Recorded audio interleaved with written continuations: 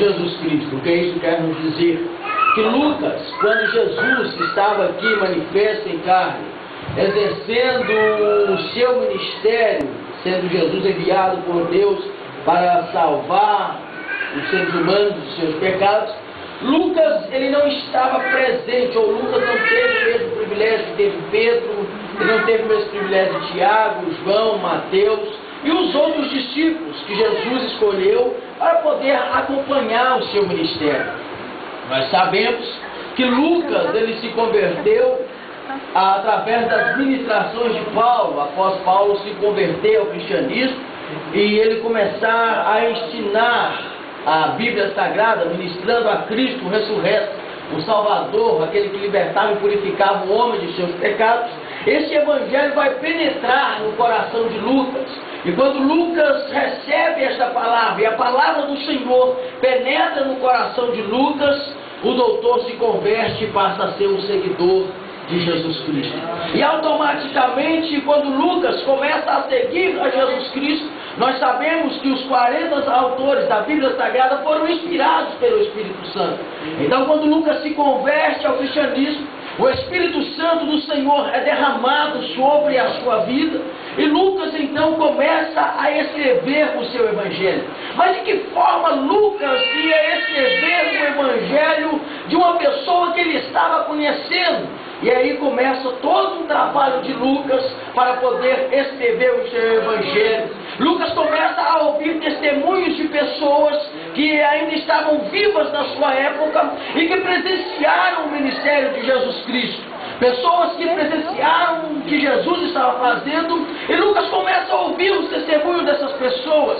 Lucas começa a apanhar muitos depoimentos e documentários da época.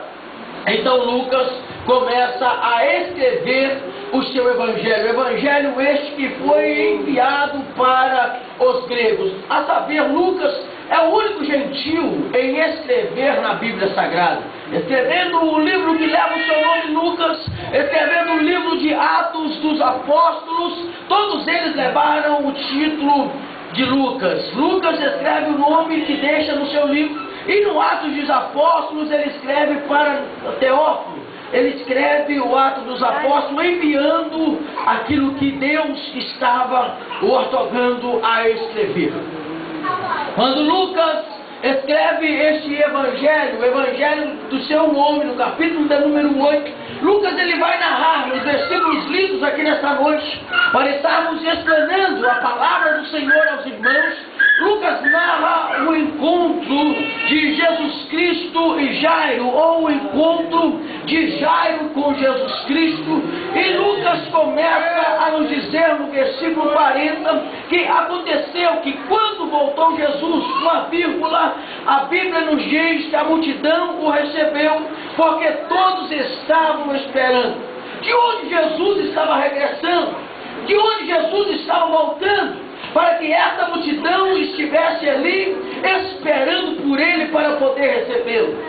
Versículos anteriores a que não foi lido aqui nesta noite, a Bíblia nos diz que Jesus, ele estava na cidade de Gadara. Jesus estava na cidade dos Gadarenos, e quando Jesus ele está na cidade de Gadara, a Bíblia menciona que chegou até Jesus Cristo um homem endemoniado, um homem que estava possesso de demônios, e a Bíblia nos diz que esse homem possuía em seu corpo aproximadamente 3.000 demônios. Eram 3.000 demônios que estavam oprimindo aquele homem naquela ocasião. Eram 3.000 demônios que faziam com que aquele homem não ficasse com seus familiares, mas aquele homem ia morar no sepulcro. Eram os demônios que estavam oprimindo aquele homem para que ele não tivesse consciência do que ele estava fazendo. Eram os demônios que estavam oprimindo aquele homem para que ele andasse nu. Eram os demônios que estavam aprisionando aquele homem,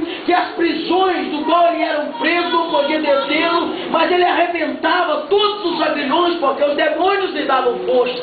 Mas a história daquele jovem naquele dia ia ser mudada, a história daquele jovem naquele dia ia ser transformada. A Bíblia nos diz que aquele jovem chegou e encontrou com Jesus.